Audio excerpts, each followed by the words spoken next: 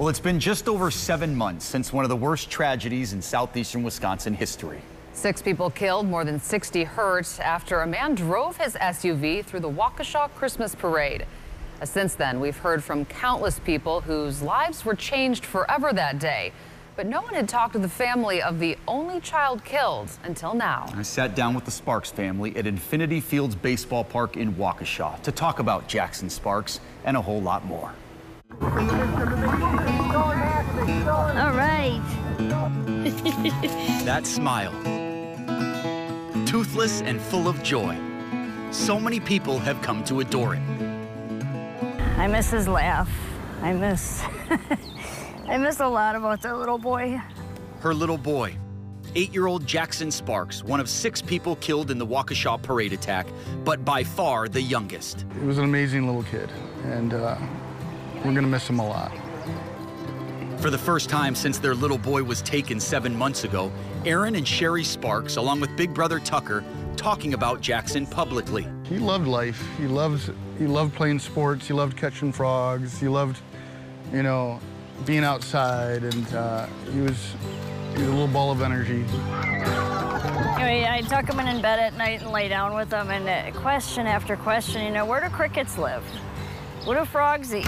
And oh my, I'm like, Jackson, okay, one more question, then go to sleep. He just was full of questions. And so full of life. A little shy and nervous maybe, until you got to know him. Then he was nothing but energy and fun.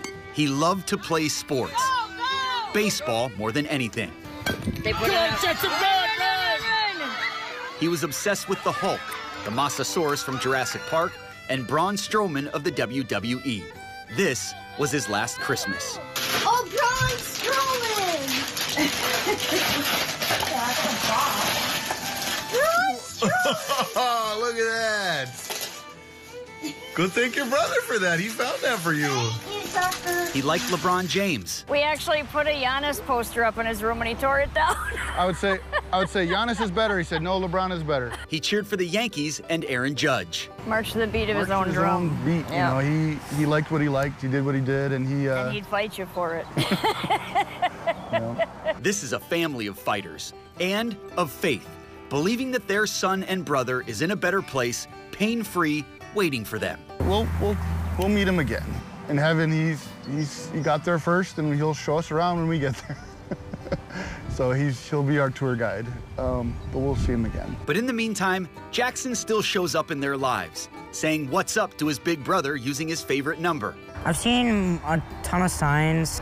On the last day of school, me and my friends went to Culver's by ourselves and stuff, and my order number was 23. He sends signs to his parents, too. I miss you, Mom, with a matching bracelet they shared, reappearing in a folded-up wagon. And I pull it open, and there lays a paracord bracelet. This bracelet's been lost for 4 years.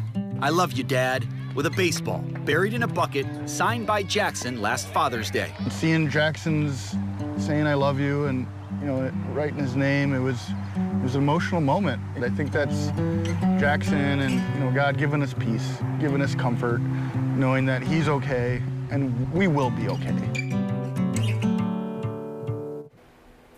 Jackson was an organ donor and helped 5 people after he passed away, including a little girl who got his heart. Sheri, his mom, hopes to meet that little girl one day. We will have much more on the family's journey and how they're doing now, coming up in part 2 of our 3-part series tomorrow night.